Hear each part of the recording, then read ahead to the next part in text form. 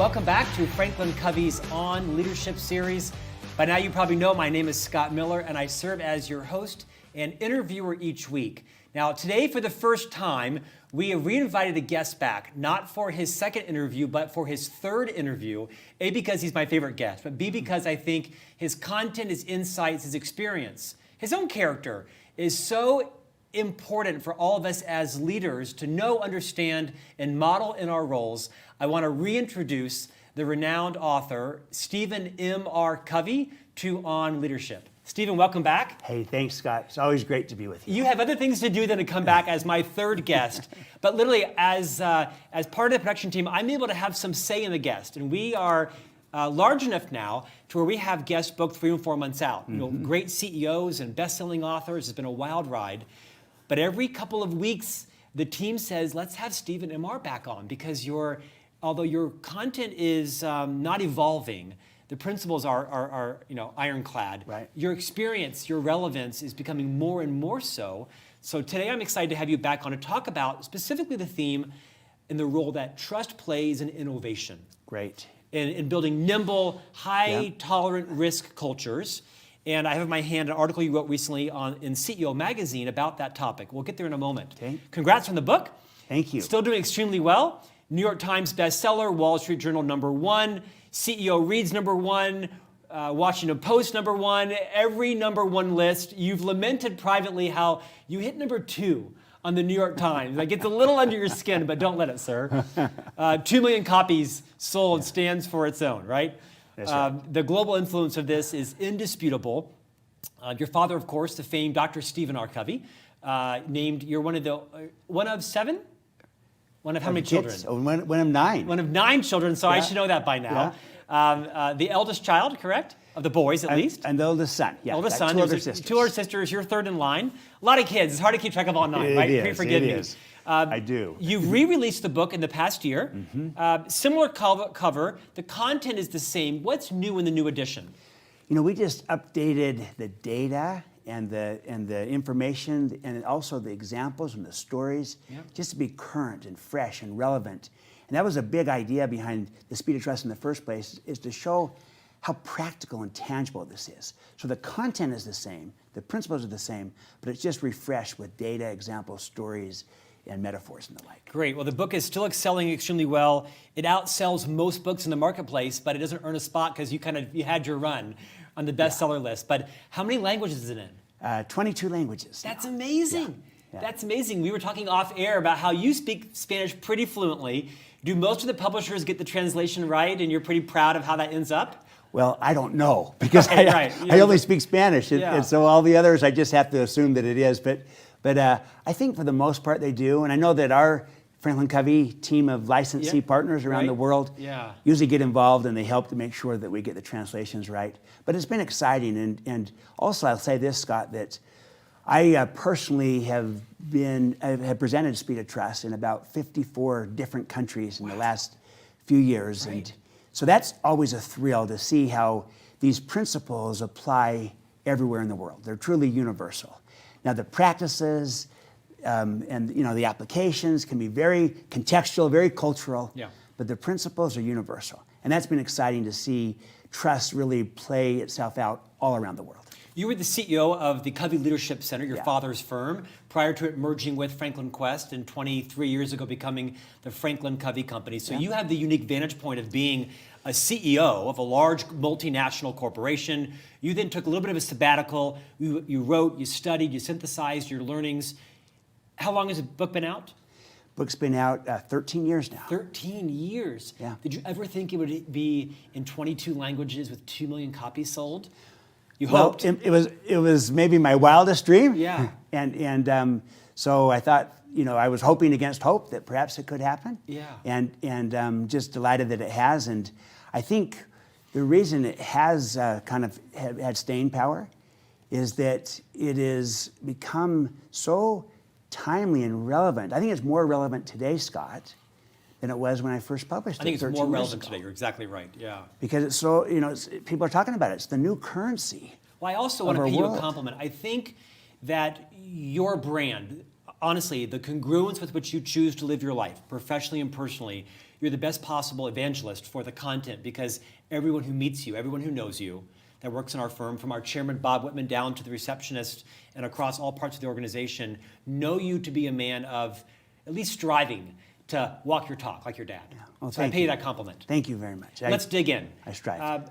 A few weeks ago, I had the privilege of listening in on a discussion you were having with one of our publicists about this article you were writing for CEO Magazine. Just came out, I think, in July, is that right? Yeah, this year, July. Right? Widely well read now. And what I love about the article is you share a fascinating insight around Blockbuster and Netflix, which really speaks to the role that innovation plays. Kind of walk us through your insights on why Blockbuster became Blockbuster and why Netflix is where they are, and kind of share some of the insights from the article. Yeah, well, the article is called Nothing Fails Like Success. Yeah. And it comes from the historian Arnold Toynbee, the whole idea that, you look at civilizations and they have a challenge that comes and they learn to create an innovative response to that challenge. The challenge comes, good response, that's success. But then the nature of the challenge changes and their once successful response no longer works. That's the idea of nothing fails like success. So in this case, Blockbuster was an entertainment company and they were succeeding, and they had physical stores and the like, and people would go in there and buy the videos. We all know this, or rent the videos. And they went through transitions with technology from beta to VHS to DVDs, but the world was changing, and you saw streaming coming online, and it's going to happen, and they didn't evolve and change with it fast enough. Whereas Netflix, by contrast, from the very beginning anticipated that things were going to go to streaming. So they came out with the DVD by mail, but they didn't call themselves DVD by mail. They called themselves Netflix even before the technology was created, because they knew where the puck was going to be, to use Wayne Gretzky metaphor. And they said, we're going to go to streaming at some point, but we'll start off with DVDs by mail, and we'll be prepared. They were 2 steps ahead of the game. And they actually had approached Blockbuster about saying, why don't you, we'll be your online streaming partner. But Blockbuster was too wed to their old model of physical stores, and also the model of collecting late fees from customers that would turn it back. Part of their revenue, wasn't it? Huge part of their revenue was late fees. They couldn't do it. They couldn't. The business model was so successful and deeply entrenched, they couldn't see past that. They couldn't see past it, or they didn't want to, or they were afraid to, and therefore, nothing fails like success. Their past successful response of physical stores with late fees in their old model was no longer relevant for the new opportunity, the new challenges in society. And now they went from some 9,000 stores, there's 1 left. Is it Alaska? I don't know where it is. I saw a documentary about it. Yeah, I just read there was 1 store left, but whereas Netflix has had phenomenal success around the world with subscribers, but they're always staying ahead of the curve, and they're very innovative, but they're also built upon trust. They have what they call freedom and responsibility, and the whole idea that, look, we're going to give a lot of freedom to our people. That's trust to our people, but with that comes a lot of responsibility to be responsible to the trust being given to you. But they create an environment where people are innovative, and it's not they're encouraged to take a risk, even make a mistake, as long as they learn, get better, stay ahead of the curve, they innovate, and they succeed. And so just the contrast, and that's one that we all understand and get because we're consumers of it, right? And the contrast between what happened with Blockbuster, not innovating, what happened with Netflix, innovating. And trust is really foundational to all of that. I know this story to be accurate because just a few days ago we interviewed Patty McCord on this set, who was the former chief people talent officer at Netflix. She helped to found it with Reed Hastings. And they used a frame where they only hire what they call fully formed adults. And then she challenged it and said, well, Reed says no one's ever fully formed, but so at least we hire adults. But they do have this high trust, high accountability culture. But I'm guessing from discussion with her, the freedom to innovate and to think there is tremendously present and tangible at Netflix. Absolutely. The reality is you're not going to innovate if people don't feel like they can make a mistake and learn. And they won't feel that way if they don't feel that there's trust there, that people have their back, that they're allowed to take a risk, a responsible risk. But it's deliberate behaviors by leaders.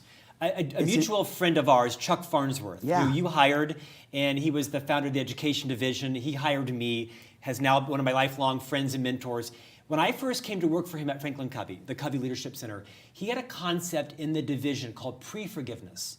Where Chuck would say, I'm not sure it was his term, you probably learned it from your dad or your uncle or yourself, and he talked about how you're going to make mistakes.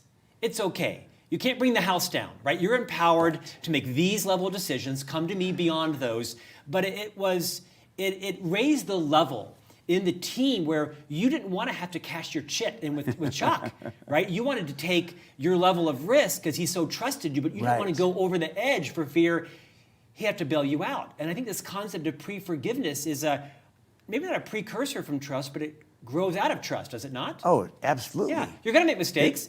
Some of them are going to be okay. Don't go too far, right? Absolutely. It's an extraordinary declaration of trust. He's saying, look, I trust your judgment. I hired you. I hired you. You're a winner. I hire winners.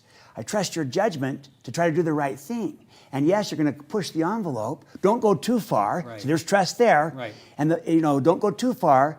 But I trust that if you take a risk, it's because you're trying to be responsible about it and trying to innovate and create. And that pre-forgiveness is basically saying, look, there's a net here. and you can take a risk, right. and you've got a net to fall into if you need it. But be responsible about it.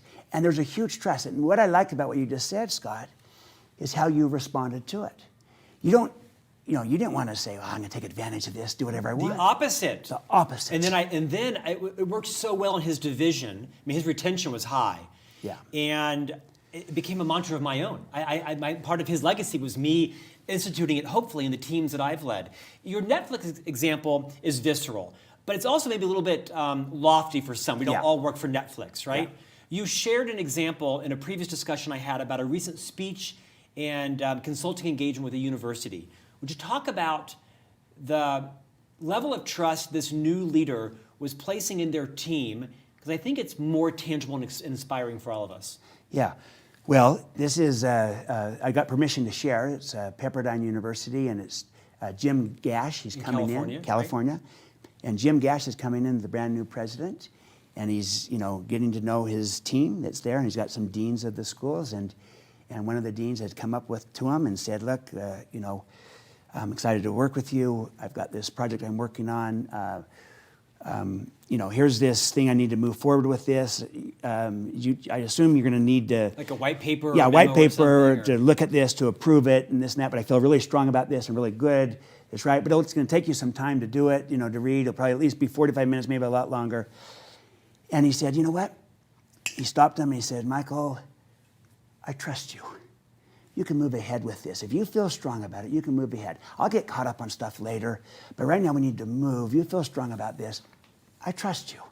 And the interesting thing was that, and Jim said this in front of me, in front of Michael, the whole team, he goes, I don't know Michael well, because I'm brand new in this role, and Michael and I are new in our relationship. But I know people that know Michael well, and they all tell me he's gold. And I trust them, and they say, I can trust Michael, so I start with trust. It's a better starting point. And we move farther, we move faster. And you know what? The interesting thing, I talked to Michael, and I said, how did you respond to this? He said, you know what? I want to prove that trust justified. Yeah, right. I want to rise to the occasion. I want to perform better. That story will go like wildfire across campus, right? It will, it will. And it'll basically be saying, look, Jim trusts us, and no one wants to let Jim down. And we want to perform at our very best and give it back to them. So you not only help people perform better, but they reciprocate and return the trust. It becomes a virtuous upward spiral. And that's really, really powerful, is you start by extending trust to people and they give it back to you, and it brings out the very best in them. Stephen, you're spending a lot of your time writing, interviewing, speaking, consulting at board level, CEO level, major government leaders. We all hear the value that speed has. You were cool before speed was cool, right? You were talking about speed for a decade now, but you hear this everywhere, right? That everything's about innovation, nimbleness, speed to market. Break down for the millions of leaders that are listening or watching today, what's the correlation between a low trust culture and a slow culture and a high trust culture and a fast, nimble, innovative environment? Yeah, well, here's the interesting thing. Trust always impacts two measurable outcomes, always. Speed and cost. And when the trust goes down, in any relationship or on a team, in a company, with a customer partner, in a culture, when the trust goes down, you will always find that the speed will go down with it. Everything will take you longer to do, a lot longer. And the cost will go up. It will cost you a lot more. That is a tax, a low trust tax. And why is this true? Because you now got it, when there's low trust, you got to take all these steps to compensate for that lack of trust. Whether it be checking, verifying, validating, or dealing with the redundancy and the bureaucracy and the rules and the levels and the layers that tend to get put in place in lower trust environments. That is a tax. It's a low trust tax. But here's the good news, is that when the trust goes up in that relationship, or when it goes up on the team, in the company, in the culture, with customers, with partners, in the marketplace, when the trust goes up, the speed goes up with it. You can do everything faster, infinitely faster. The cost comes down. That is a dividend, a high trust dividend. And Scott, it's that simple. It's that powerful, that predictable, and it's playing out everywhere. Just the example I just gave you, Dr. Jim Gash, just extending trust. He moves fast. You know, you didn't have to spend that time researching this. He trusted this person. It was not a blind trust. It was a smart trust because of the context behind it and the people that knew him, that validated and vouched for him. That person had built a credibility. He'd built a credibility. Right. He had a reputation. Right. He had a brand. Right. And he didn't need to micromanage him right at the outset. Instead, he wanted to extend trust to him, and you move fast. Nothing is as fast as the speed of trust. Nothing is as agile as a culture of trust, because you can respond and adapt and be entrepreneurial. And when there's so much change and disruption hitting us from every angle, we need that agility. We need trust to help create the culture of the agile culture and the speed that is so vital. So that's why it's so Stephen, critical. what would you say to the senior executive leaders who are listening to you and say, yeah, it all makes sense, it's intuitive, but I can't afford to have a lengthy document put out in public that would take me 45 minutes to read. It obviously has some gravitas. I'm probably going to edit some pieces of it. I need to make it better and make sure that it's, on brand. What counsel do you give to the senior executive that would say, I can't afford to take 45 minutes, but I also can't afford to have significant things put out in public that don't have my, permission or my authority, because I probably could make it better. Perhaps they could. Yeah, perhaps they could. And again, this is not a one-size-fits-all. Yeah. There might be other situations where the smart thing to do would be to say, hey, let me help collaborate with you on this, and we'll do something together that we can make it even better. So it all depends on the context. Some situations, maybe I'm going to get involved and say, hey, I want to be a collaborative partner to you. But in other situations, like the one that Jim Gash was describing, it was something that basically was entirely in the domain of his dean, and he felt like, What's he nothing gonna add to really add. to it? Yeah. I trust you. Yeah. And so, it's good judgment. And you find that sweet spot, and you look at the context. What am I extending trust on? The situation. What's the job to be done? Am I extending trust? Is the value I'm going to add worth offsetting the low trust that will become for me micromanaging your project? Yeah. So what's the context? What's the job to be done? What am I extending trust on? What's the risk involved? Is it just like the example of the pre-forgiveness? Chuck said, can't have anything that's going to take us down. If it's too risky, I'm not going to extend that much trust. That's not smart. What's the risk involved? What's the credibility of the person or the people involved? And then those combination, those three variables, the situation, the risk, and the credibility of the person, helps give you a sense of judgment. You use good judgment of when to trust, maybe when not to trust quite as much, or how much to trust. But my whole point is that when you can trust, when you can extend that trust, you get all kinds of dividends. You move faster, you get greater creativity, innovation, people rise to the occasion, and they give it right back to you. Talk about virtual environments. Yeah. I'm going to guess there's some correlation with the most agile, nimble, innovative companies are also hiring people from around the country and the world. They're not all situated in a couple mile area. Are there any insights you would add or offer to leaders that are trying to grow, trying to build a culture with a dispersed workforce? It's harder to build trust with someone who you had never met. You might see once a week on a video conference, a Zoom call or something. Any tangible tidbits you might give someone to say how you extend and build trust in a virtual environment? Yeah, well, let me say this, that the virtual environment increasingly is becoming the new normal. Right. The new norm, and we're seeing it more and more. I just was with an organization that had a supply chain that was worldwide with people that have never met each other physically face to face and probably never will. and yet they were a team working together and collaborating. So that's kind of the reality. And it is a little bit more difficult. I acknowledge that. The degree of difficulty of the dive, to use the Olympic metaphor for diving, is higher when it's virtual or dispersed. But the principles are the same. It's just that you have to be more intentional about it, more deliberate about it, more explicit about the trust that you're giving and why. And you go in, you declare your intent. Here's what we're trying to do. Here's why we're trying to do it. And here's our expectations. Here's how we'll be accountable to each other. But you still operate on the same principles of declaring intent, clarifying expectations, practicing accountability. It's just that you're more explicit and deliberate about it. And people tend to respond to that. Here's what's interesting, Scott, is that today we have so many technology tools for collaboration. Yeah. That's the good news, is that we got these great technology tools to collaborate. The question is, do we have the trust to be able to collaborate? And if you think about it, trust is the ultimate collaboration tool.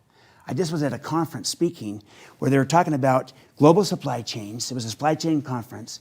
And the basic premise was, we have the technology to do everything we need to do. It exists to collaborate.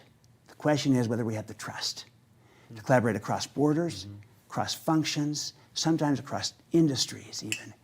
And so, in a sense, trust is the ultimate collaboration tool. But we have to be intentional and deliberate about it. Is trust a luxury that is talked about in good economic times, but for the skeptic, it's just not realistic in high growth, high innovative companies because they can't afford to take missteps or take risks because one big one could put them behind a week or two from a competitor? I think just the opposite. I think it's even more vital in difficult times because that's when we have to be more agile, more creative, more innovative, come up with solutions. And again, I don't want to, put myself in front of my skis. We're not talking about a blind trust where we just go out and say, hey, do whatever you want. The whole Silicon Valley mantra, fail often, fail fast, fail forward. Right. That's a good approach, but it's always within a context. Just like Chuck Farnsworth gave you a context of saying, look, this is not, don't take the firm down, don't go too far. Right. Same with Silicon Valley. They're saying fail forward, fail often, fail fast, learn, innovate. But they're also usually will draw a box around it so that they're not too exposed. And so again, I'm not saying you extend trust in areas that are too risky and too vulnerable that could really hurt the firm. But what you're trying to do is create the right environment, the culture where people are not afraid to take a responsible risk because they know that they have you back. Let me just say this. Here's what's fascinating about this trust, high trust cultures and innovation. A recent study from LRN called the How Report shows this, that in a high trust culture, when there's high trust, people are 32 times more likely to take a responsible risk than they are in a low trust culture, and they're 11 times more likely to innovate.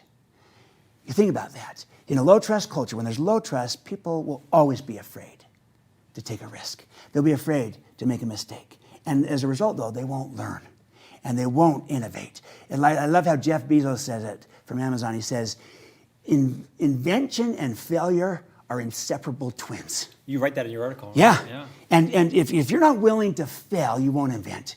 You won't innovate. You won't create. Now look, that's all got to be in context, within a parameter. Otherwise, it could become a blind trust and make you're too vulnerable. So again, not one size fits all. It's good judgment.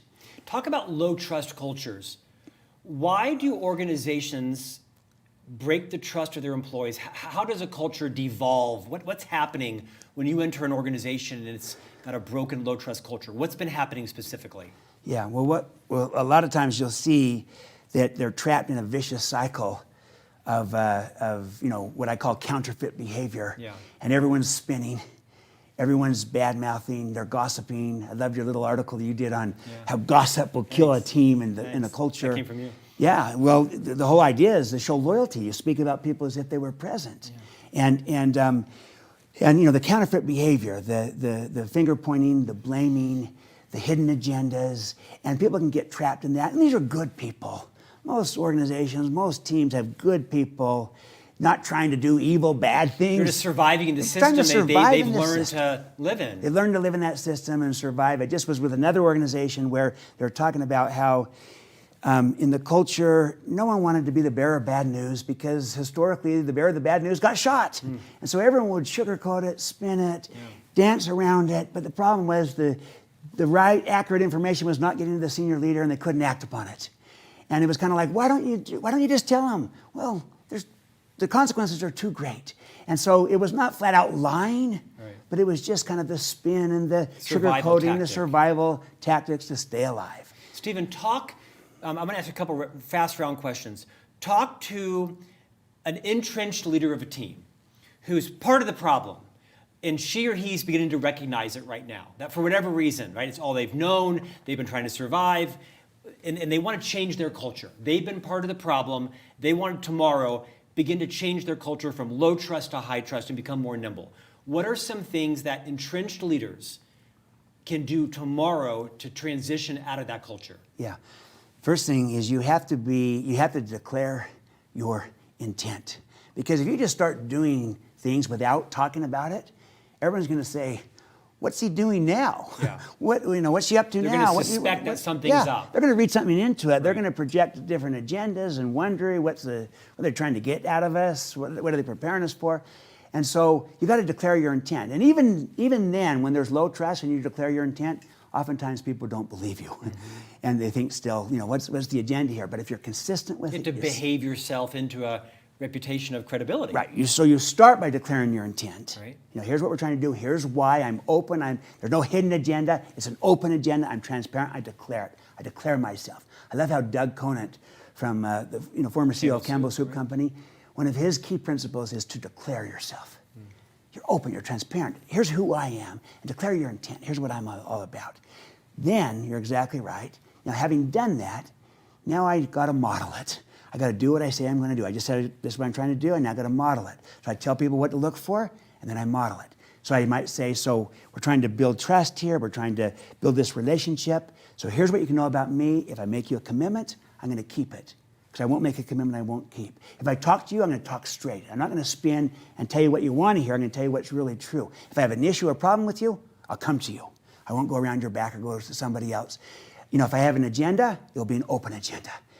Not a hidden agenda. See, I'm telling people what I'm going to do. I'm signaling my behavior. So I declare my intent, I signal my behavior, and then I do what I say I'm going to do. And I model it. I follow through on that. And people say, aha, Scott told me he was going to try to do this. He told me what he was going to do, and I see him doing it. And I start to say, maybe it is different this time. Maybe I could trust it this time. And I begin to be open to new possibilities. Same advice you would give to a new leader joining a team that has a low trust culture. They should do the same exact thing. It is the same advice. Right. So the principles are the same. No, yeah, but it's just that you also acknowledge in a low trust culture to begin with, as a new leader or what have you, or where maybe you've been the problem in the past. If you were the problem in the past and you're trying to change, as my father used to say, and you know this so well as well, you can't talk yourself out of a problem that you behaved yourself into. So if each of us have been part of the problem and we're trying to change, we got to behave our way out. And that will take some time, and it has to be consistent and demonstrated, but you can behave your way out of the problem that you behaved your way into. You can't talk your way out, but you can behave your way out. So that's, the reality. But someone else might come in brand new. They were not part of the problem, but they inherit a low trust team or culture. There's an inheritance tax, and they need to do the same things. They need to declare their intent. They need to tell people what they're going to do, and then do what they say they're going to do. I'd add one more thing. They ought to also start with listening first. And, as my father says in 7 Habits, seek first to understand, then to be understood. In Speed of Trust, I say listen first. And the whole idea is you listen with the intent to understand. And most leaders come in charging, wanting to take charge and show what they can do. And they almost skip that step, thinking maybe that's a sign of weakness or inaction, when in fact, it's an extraordinary behavior that will build the trust, because when people feel understood, they tend to trust you. And when they don't feel understood or heard at all, they tend to be fighting for the air and trying to fight you and maybe not fully trust you. And so, it takes you some time, but then you move fast. So with people, fast is slow and slow is fast. Right. So you got to listen first and really seek to understand.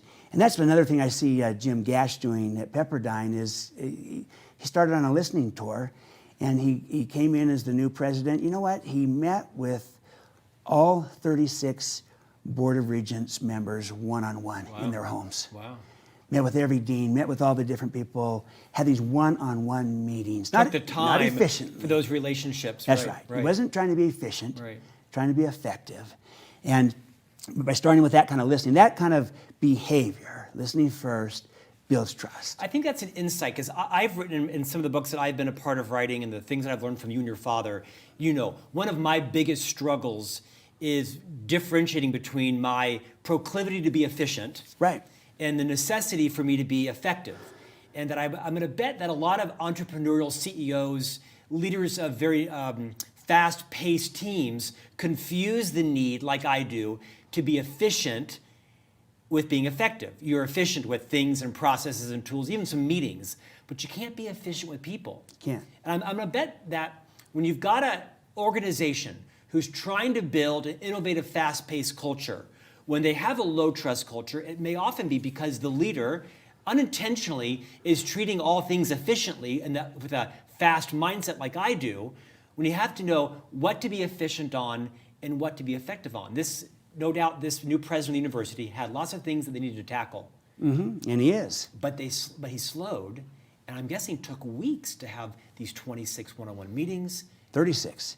Yeah, that was just with the Board of Regents, plus the dozens of other meetings he had internally. 50 plus people. Not just weeks, it actually took months. Yes. And he did this all as he prepared to take over as the new leader, and then also in this first little bit as the new leader. But yes, absolutely right. It's counterintuitive, because people want to have quick wins. You come in the job, you want to show that you're there to solve problems and fix things.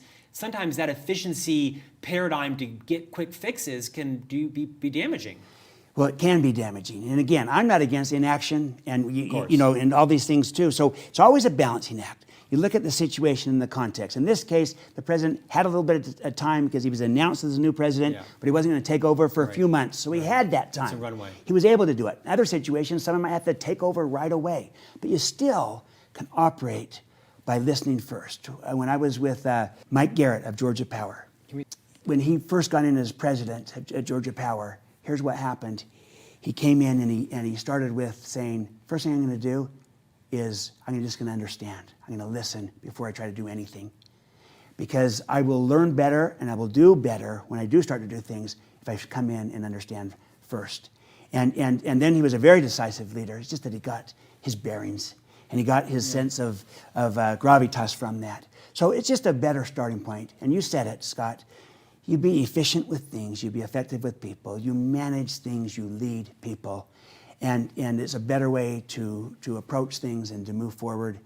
And you'll get better results in the long run. Can I give you one more illustration of this? And this is also ties into not only the speed and the agility, but also the innovation. Eric Yuan is the CEO of Zoom. Zoom video communications. A lot of people are using Zoom. We use Zoom. Right. Others using Zoom, and they're a startup. I mean, they were only around since 2011, and they've moved fast. Eric Yuan, by the way, in Glassdoor, Glassdoor rates, CEO people rate, anonymous ratings. That's a brutal rating system. It is. He was number one on the list this last year. Number one, 99% approval rating. I couldn't get 50% for my own kids. I mean, this is right at the top. So highly trusted. But he made this point that they had their big Zoomtopia, their annual users meeting conference, and he invited me to speak because he thinks trust is their key secret sauce. And in this introduction, he said, look, if you start with trust, you do everything better and faster, and you innovate better, and you move fast. And for an entrepreneurial company, speed is everything. And there's nothing as fast as the speed of trust. And with trust, we move fast. Without it, we move slow. And that's why trust is everything, he said. And his whole point was that there's a speed to trust. He was kind of validating this message from his own experience and practice. But it also was not just the speed. It was the creativity, the innovation, the entrepreneurship that comes from that. And because they were able to be so agile and so responsive to changes and opportunities in the marketplace when there was high trust in the culture. And it's just a great illustration of kind of a leader coming in, building a high trust team and culture, being able to move fast as a result of it, but also being able to be extraordinarily creative and innovative and taking huge market share in a short period of time.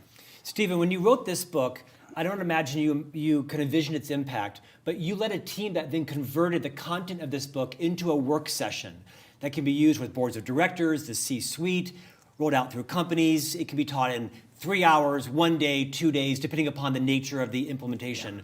I recall a couple of years ago where you helped a global organization not just build a culture of trust in their own institution, but they actually then offered the course to their suppliers, their vendors, their partners, their contractors. They wanted the entire kind of end-to-end customer, if you will, to all be a part of what it was their key value proposition. They were actually a food company, right? That's right. But they actually invested in so that there was transparency and mutual benefit of realizing trust across the entire system.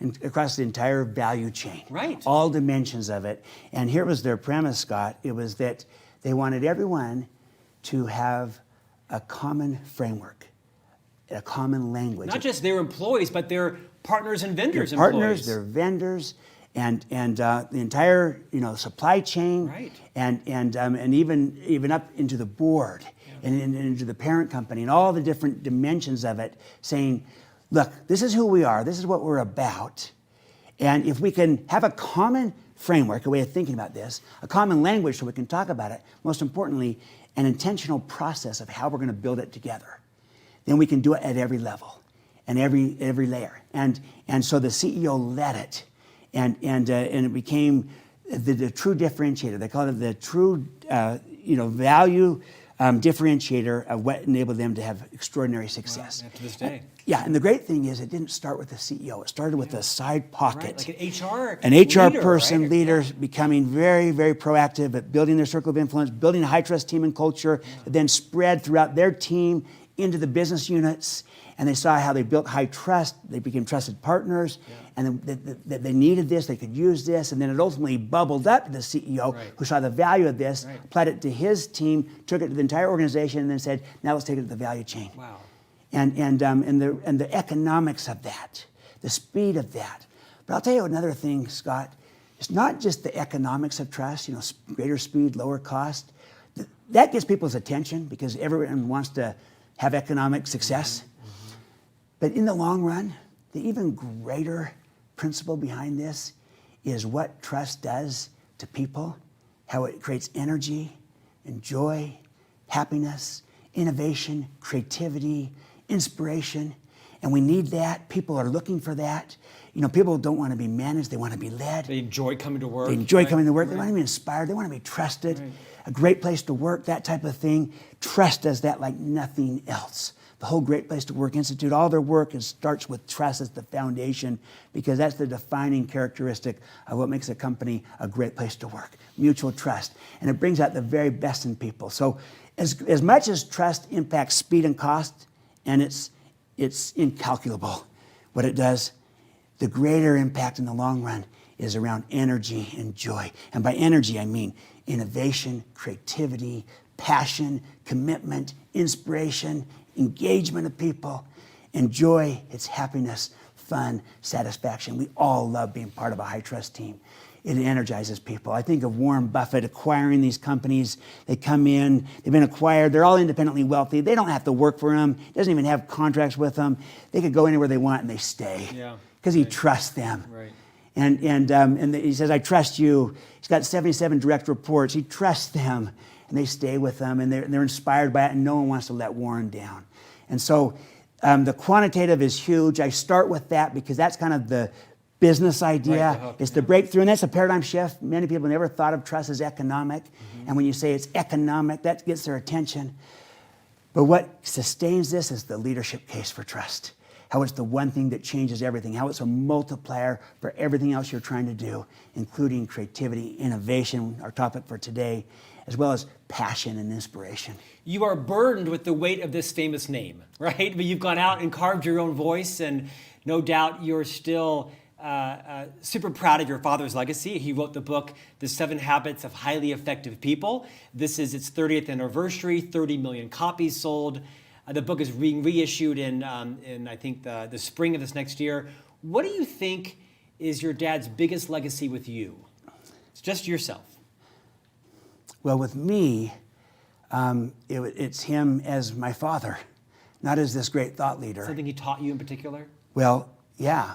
I would say this, that what I saw him model and what I saw him live, and he also taught it.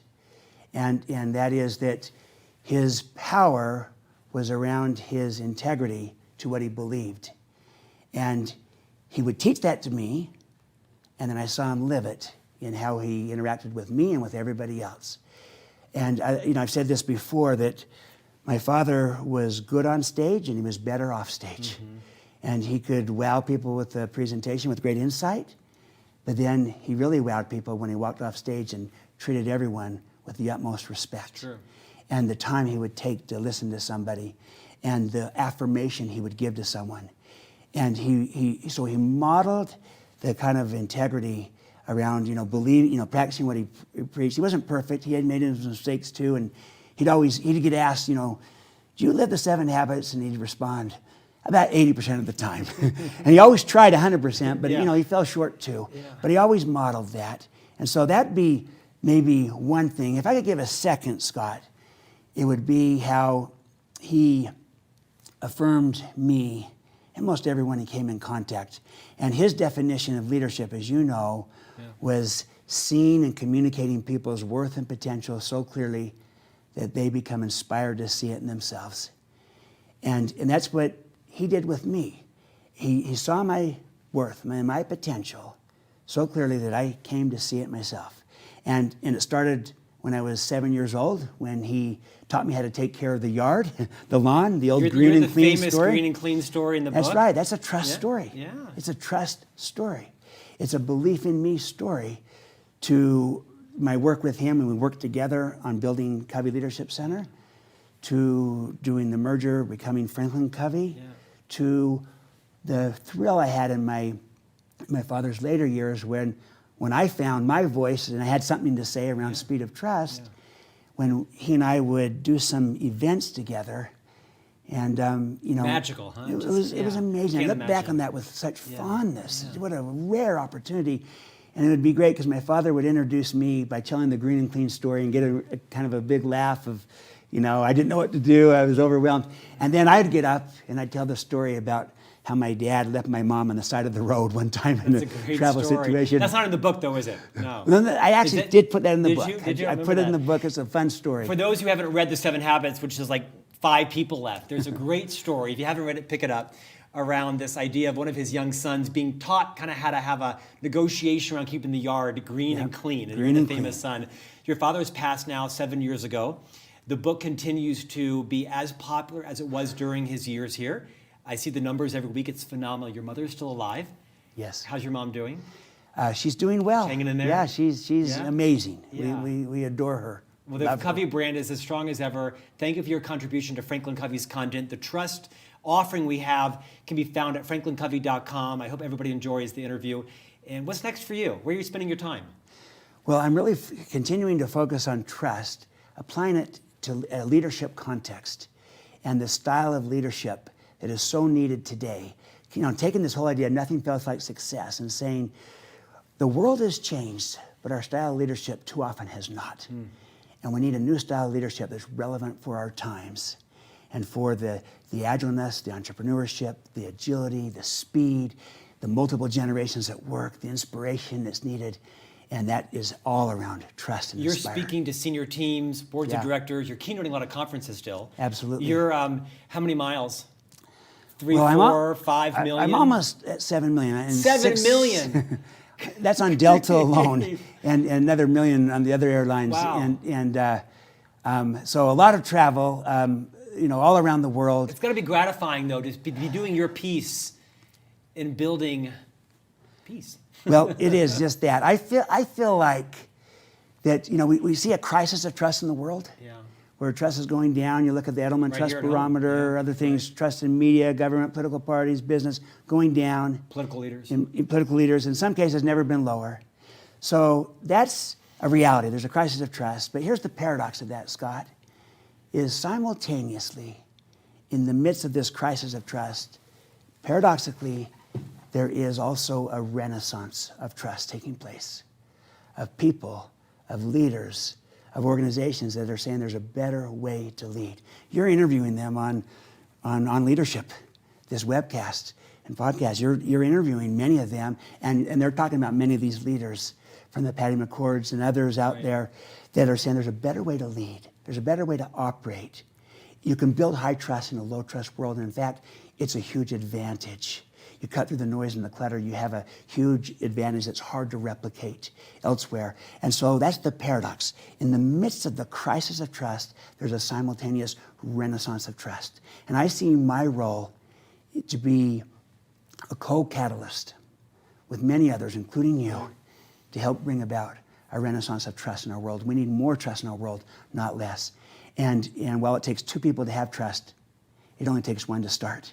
And Scott, each of us can be that one. Stephen, you might be my fourth guest coming on. Thank you for coming back for the third time. You're welcome. Great luck on the next million miles around the nation. If you want to get in touch with Stephen, you can visit speedoftrust.com or franklincovey.com. Follow him on Twitter, Facebook, LinkedIn. He's everywhere. And he's, of course, always available for speaking engagements in your company and working with your C-suite staff as well. Stephen, thanks again. Great to be with you, Scott. Thanks for joining us, and we'll see you back here next week for another guest for On Leadership. If you're not subscribing to the On Leadership newsletter, it is now the fastest growing and largest newsletter dedicated to the topic of leadership. It's complimentary, comes out every Tuesday morning around 6 o'clock Eastern Time via email. It features an audio and video interview just like the one today with Stephen, as well as a downloadable tool from Franklin Covey's large tool chest, as well as a blog article written by me. It's complimentary. Visit On Leadership on the Franklin Covey website and subscribe your entire team.